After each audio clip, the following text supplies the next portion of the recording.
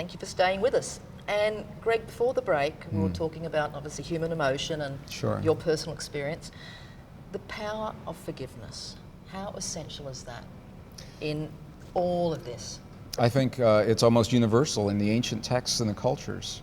We're told, we're not given the technical reasons why, but we're told that forgiveness is vital. It's necessary for us to move forward in our lives. We'll all have experiences where we feel betrayed or hurt, where we feel that something has been taken from us by those who had power over us, either physically, emotionally, materially, something like that. We'll all have those experiences. The key to transcending those is to get past them, and you can't get past them by sweeping them under the carpet. Compassion is the word that the Buddhist traditions, we go in those monasteries in Tibet, they look at what's happened to their lives and what they've lost, and you're hard pressed to find an angry Buddhist in the monasteries in Tibet. Are there ever any? I've yet to find one. Really? Seriously, cool? They aren't angry about, they're hurt by what has happened to their country, by the loss of their loved ones. They're hurt, but I make a distinction between the hurt and the anger. So it's more sad rather than mad? It is. There's a sadness that's there. But the way they have been able to reconcile that is through what they call compassion, and compassion and forgiveness are very closely related. We acknowledge what it is that's happened, and in the pre-Judeo-Christian traditions, there was a sect called the Essenes, E-S-S-E-N-E-S. They wrote entire texts about how we get through those times in our lives, and they said what we do is we bless the things that hurt us. Blessing not meaning that we condone them or that we agree to them. When we bless the things that hurt us, we're actually acknowledging, bringing that forward. You're saying, yes, it happened, and then that allows them to work through that energy and to transcend the energy. When you bless something long enough, it's just something that everyone has to experience on their own. It actually changes chemically what happens in our bodies. Well, that brings me to, obviously, one of the things that's often discussed is 9/11.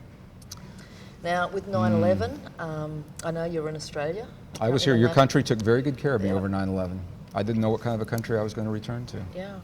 And of course, one of the things when that happened, there was a whole groundswell out there that wanted revenge. Yes. And of course, as we know, that if we keep doing the aggression and the revenge, we just create more of the same. Yeah, absolutely. And how close do you think we are, because that's now a few years ago, how close do you think we are, heaven forbid if something like that happened again in the future?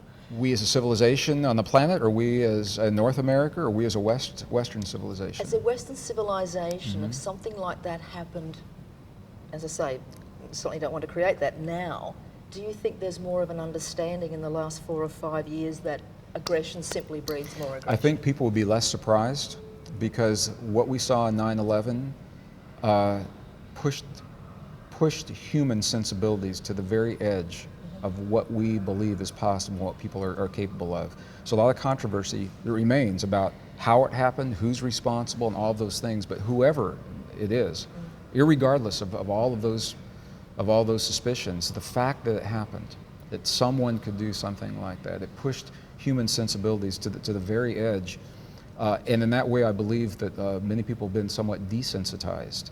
So if something else were to happen, when the subway bombings in London, for example, or we heard that 200,000 people now, Iraqis, have been killed, while we register the number, there's a numbness and a desensitization that has happened, and there is a growing fear in the world. The world has never been the same, as we all know, since 9/11, largely because people feel that they have no control, that something's happening that's out of our control. And it may be that the situation of the world is what pushes us as individuals, together and individually, collectively and individually, to embrace our inner power, because there's a field out there. It's called the divine matrix. Whatever happens is part of that field. All the leaders of all nations are part of that field. The members of our families, our co-workers.